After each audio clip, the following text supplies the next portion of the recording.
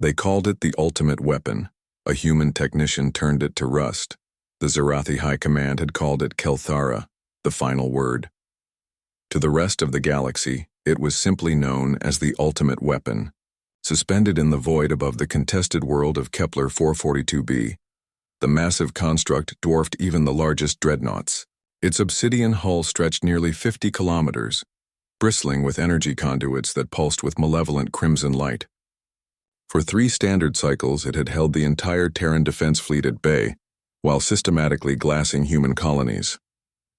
Sarah Chen floated in her maintenance pod, watching the behemoth through reinforced transparent aluminum as her team's stealth transport drifted closer.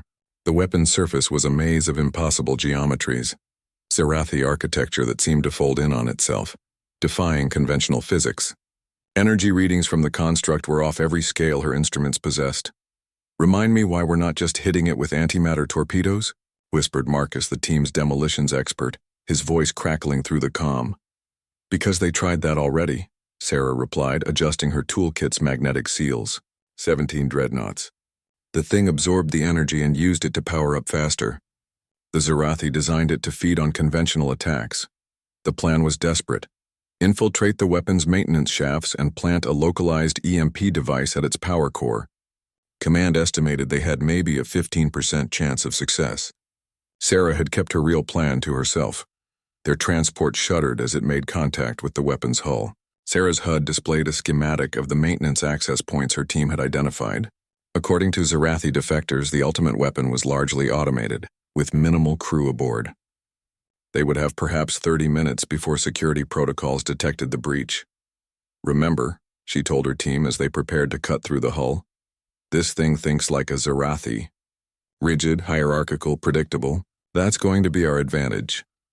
The cutting torch made quick work of the exotic metals, and soon they were crawling through access tunnels that seemed designed for beings considerably larger than humans. Sarah's training kicked in as she navigated the maze of conduits and corridors. 20 years as a starship technician had taught her that all machines, no matter how alien, had certain universal principles.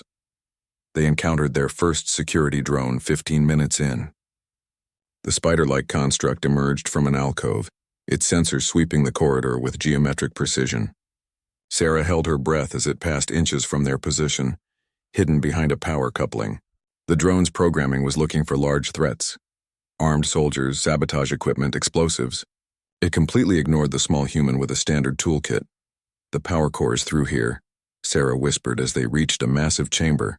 The heart of the ultimate weapon was a crystalline structure the size of a city block, pulsing with energies that made reality shimmer around its edges. Conduits thick as subway tunnels fed power to the weapon systems above. Marcus began unpacking his EMP device while the rest of the team set up a perimeter. But Sarah was studying something else: the environmental controls for the chamber. Like all Zarathi technology, they were brutally efficient but inflexible. The atmosphere was carefully regulated. Precisely 21% oxygen, 78% nitrogen, trace gases maintaining perfect conditions for the crystalline power matrix. "Change of plans," Sarah announced, pulling a small device from her toolkit. "Sarah." "What are you?" Marcus started. "Humidity regulator," she explained, connecting the device to the environmental controls. "Standard maintenance equipment." The Zarathi obsess over perfection, but they've never understood that sometimes imperfection is strength. The device was simple: a modified atmospheric processor that would gradually increase the humidity in the chamber. The Zarathi sensors would detect the change as a minor fluctuation, well within acceptable parameters. They would compensate automatically, making tiny adjustments to maintain their perfect environment. "You're going to rust it to death," Marcus breathed, understanding dawning in his voice.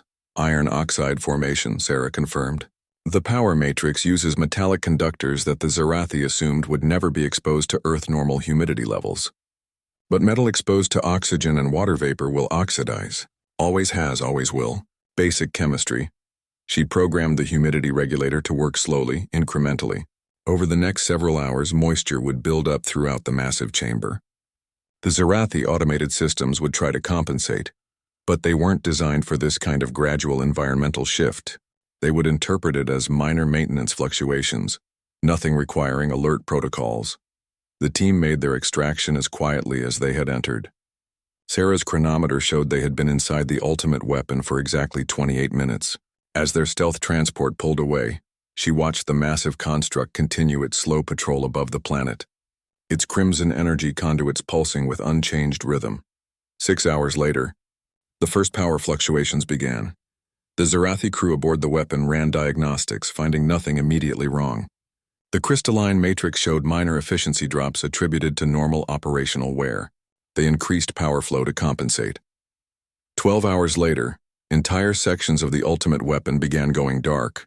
The rust had spread through the conductor networks like a plague, creating micro-failures that cascaded into system-wide breakdowns.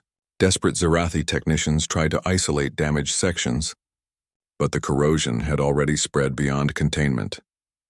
18 hours after a human technician had attached a simple humidity regulator to an environmental control panel, the ultimate weapon that had terrorized half the galaxy suffered complete power failure. The massive construct, dark and lifeless, was captured by Kepler 442b's gravity well and began its final descent toward the planet's surface. Sarah Chen watched the news feeds from her ship's rec room, sipping coffee while her crewmates celebrated around her. The weapon that had seemed invincible, that had absorbed antimatter and laughed at particle beams, had been defeated by rust. Simple iron oxide, the most common form of corrosion in the galaxy. The Zarathi, for all their technological superiority, had forgotten the most basic truth about the universe. Entropy always wins. They had built their perfect weapon in a sterile environment, never considering that perfection itself could be a weakness. Humans, who lived with rust and corrosion and imperfection every day of their lives, understood what the mighty Zarathi could not. Sometimes the best weapon against perfection is time, patience, and the fundamental forces that slowly tear everything apart. The ultimate weapon had become exactly what Sarah had made it, a monument to the power of understanding that nothing, no matter how perfect, is immune to the simple chemistry of existing in an imperfect universe.